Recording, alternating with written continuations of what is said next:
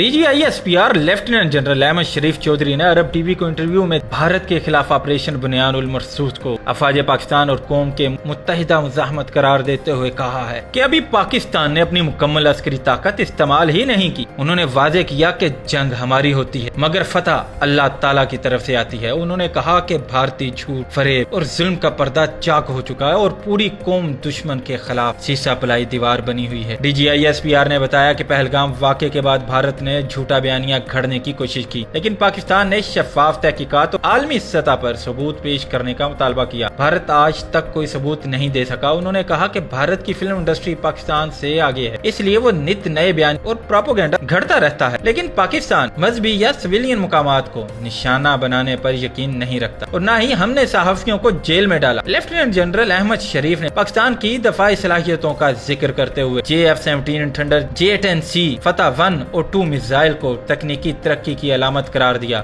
اور کہا کہ یہ ہماری طاقت کا صرف ایک جزو ہے۔ انہوں نے بھارت کو خبردار کیا کہ اگر دشمن نے دوبارہ کوئی مہم جوئی کی تو پاکستان کا رد عمل پہلے سے زیادہ سخت اور شدید ہوگا۔ ساتھ ہی کہا کہ کشمیر کے معاملے میں چین بھی ایک فریق ہے، بھارت کو سوچنا چاہیے کہ وہ کس آگ سے کھیل رہا ہے۔ DGISPR نے زور دیا کہ بھارت خطے میں جنگی جنون پھیلا کر باہمی تباہی کی راہ پر گامزن ہے۔ انہوں نے بھارت میں مسلمانوں، عیسائیوں، سکھوں اور نچلی ذاتوں پر ہونے والے مظالم کو عالمی برادری کے لیے لمحہ فکریہ قرار دیا۔ ان کا کہنا تھا کہ بھارت میں ظلم کے خلاف رد عمل قدرتی ہے، لیکن بھارت اپنی ہٹ دھرمی سے امن کے امکانات کو خود ہی ختم کر رہا ہے۔ پاکستان نے دانش مندی سے کشیدگی کو نہیں بڑھایا مگر دفاع کے لیے ہر سطح پر تیار ہے۔ آخر میں انہوں نے کہا کہ بھارت کی کھلی جارحیت کے خلاف پاکستان نے نہ صرف مزاحمت کی بلکہ دنیا کو بھی سچ دکھایا۔ اگر دشمن نے دوبارہ ایسی حرکت کی تو پاکستان کا رد عمل پہلے سے کئی گنا زیادہ شدید ہوگا۔